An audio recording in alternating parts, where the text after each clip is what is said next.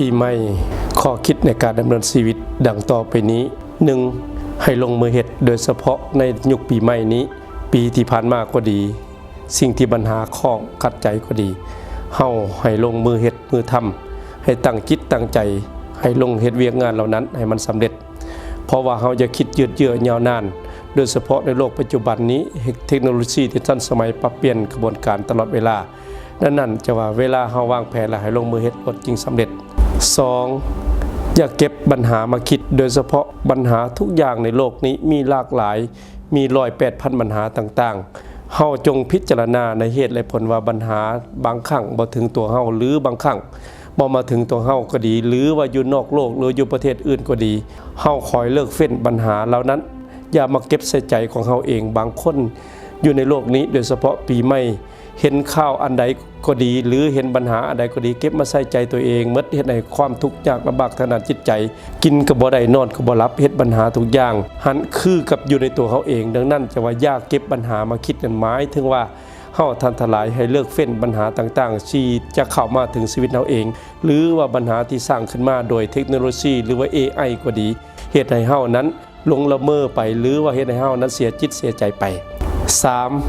ฝึกจิตให้เปิดกว้างโดยเฉพาะในโลกปัจจุบันนี้เฮาจะฮู้วิธีทางฮู้จักทบทวนเหตุและผลปัญหาต่างๆที่เข้ามาในชีวิตเฮาเองนั้นเฮาจงเปิดจิตให้เปิดกว้างอยู่สม่ำเสมอหรือว่าฮู้จักหักซ้ายทบขวาหมายความว่าต้องเปลี่ยนกระบวนการใหม่ๆในการเรียนรู้โลกชีวิตปัจจุบันถ้าว่าเฮามันฝึกจิตใจของเฮาเปิดกว้างรับรู้สถานการณ์ทุกอย่างแล้วจิตใจของเฮานั้นจะฮู้ว่าเวกงานอะไรควรเฮ็ดเวกงานใดบ่ควรเฮ็ดหรือว่าเวกงานใดข้อคิดทันสมัยแบบใดที่ทันสมัยเอาประยุกต์ใช้ในชีวิตประจำวันหรือว่าเฮ็ดแบบใดเฮ็ดในชีวิตของเฮาตกต้อยต่ำนำลงเฮาก็ปรับเปลี่ยนกระบวนการเหล่านั้นคือฝึกจิตให้กว้างเฮาเรียนรู้สถานการณ์ใหม่ๆโดยเฉพาะในยุคปัจจุบันการสื่อสารทางด้านเทคโนโลยีนั้นทางด้าน AI ก็ดีบ่ว่าทางด้าน F10 ก็ดีบ่ว่า ChatGPT ก็ดีเฮ็ดให้ชีวิตของเฮานั้นอาจจะสะดวกสบายขึ้นดังนั้นเฮาเปิดจิตของเฮานั้นให้กว้างรับรู้กระบวนการเหล่านั้นการพัฒนาจึงเข้าสู่กับยุคสมัยใหม่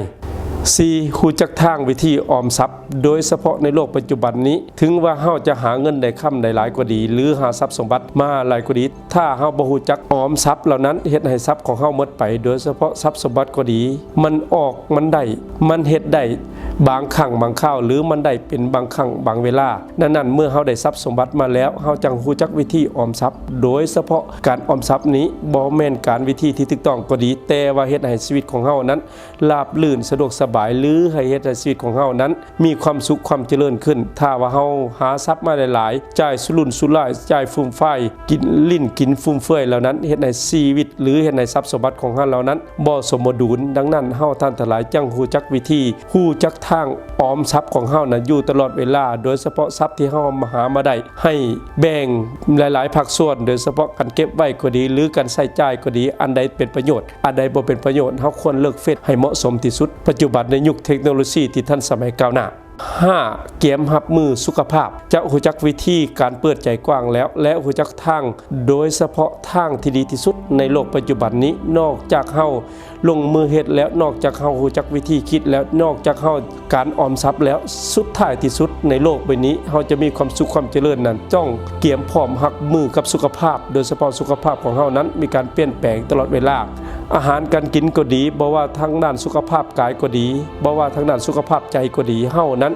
ควรรับมืออยู่สม่ำเสมอว่าเฮาควรใกล้กองโดยเฉพาะอาหารที่เฮาได้รับประทานปัจจุบันนี้มันถูกต้องตามสุขอนามัยบ่หรือว่าถูกต้องตามธรรมชาติบ่โดยเฉพาะอาหารใดที่เหมาะสมกับสุขภาพเฮาเองเพิ่นว่ามีสุขภาพดีมีไส้ไปกว่าครึ่งหมายความว่าเฮาเฮ็ดวิธีใดเฮาจะมีสุขภาพแข็งแรงเพื่อต่อสู้กับวิถีชีวิตเพื่อจะก้าวไปสู่จุดหมายปลายทางที่เฮาปรารถนาดังนั้นพรปีใหม่ใส่ได้ตลอดปีของเฮานั้น1คือลงมือเฮ็ด 2. อย่าเก็บทุกปัญหามาคิด 3. เปิดจิตของเฮาให้กว้าง 4. ฮู้จักทางออมทรัพย์ 5. เกียมรับมือสุขภาพพร5ข้อนี้เอาไปใส่ได้ตลอดปีตลอดไปขอเจริญพร